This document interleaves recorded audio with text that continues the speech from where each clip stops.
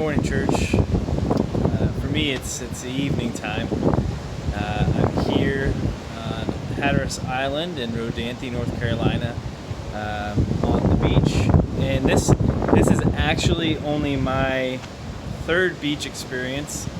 And really, one of the experiences wasn't very good. This is by far the better of some of the experiences I've had, and it's been wonderful being able to be here. Even though today it was rainy, and for most people they would probably think kind of miserable. Man, I just loved actually being able to be out on a sandy beach, being able to watch Logan take seashells and poke them down further into the beach, into the sand. You'd think he'd pick them up and enjoy collecting them, but man, he was just enthralled with being able to be out here, seeing some of these sandpipers running along. But what's interesting is, even last night, even though we got a chance to be here and be on the beach and see the beautiful views, as we're getting ready to go to bed, the one thing Logan said was he wanted to go home. He wanted to go home, get in his bed, and be at home. Some of it, I think, was the long trip, trying to get down here, being around cousins that he doesn't get to normally be around, and so some of this, a lot of excitement, but at the same time a lot of craziness happening. And he just wanted to be home.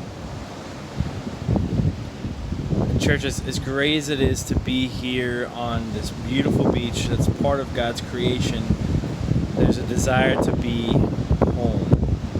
And I'm not talking about my home at Louisville on 303 Superior Street. I'm talking about being a part of the kingdom of heaven. You see, during this time of our lives here on earth, there's a lot of craziness and a lot of chaos surrounding us. And I'm afraid that we as God's people, as the church, haven't really lived out the hope and the joy and the peace that is ours in the kingdom of heaven.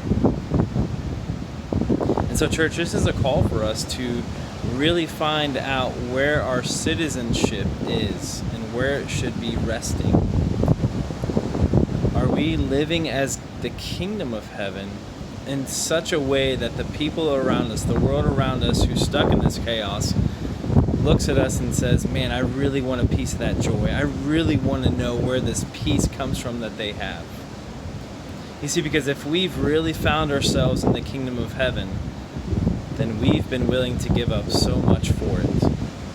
Because Jesus says that the kingdom of heaven is like a merchant who buys and sells pearls, and upon finding one of great value, he sells everything that he has in order to buy that pearl. Or it's like somebody who finds a field and finds this treasure in a field, and he goes back home and he's excited to sell everything that he has in order to buy that field. Do we find ourselves so excited about living in the kingdom of heaven? By the way, it's us, it's the church. It's being a part of one another and loving one another the same way that Christ loved us. Are we so invested in her, in the church, that we are willing to give up everything to be a part of her? Or do we find ourselves more invested in the things of ourselves, the things around us? You see, we get just a glimpse of the kingdom of heaven when it comes to the church, because eventually Jesus is going to come back and he's going to make everything the way that it's supposed to be. And we will find ourselves living in the kingdom eternal. But in the midst of that, where are we placing our treasures? Are we placing them in the kingdom, or are we trying to invest them in things of this earth?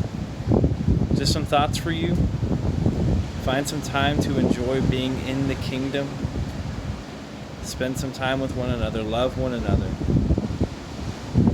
And invest in the kingdom that God has for you to be in. I love you, church. Can't wait to be back with you. But I will be enjoying some time away as well. Hope you have a blessed day. Bye.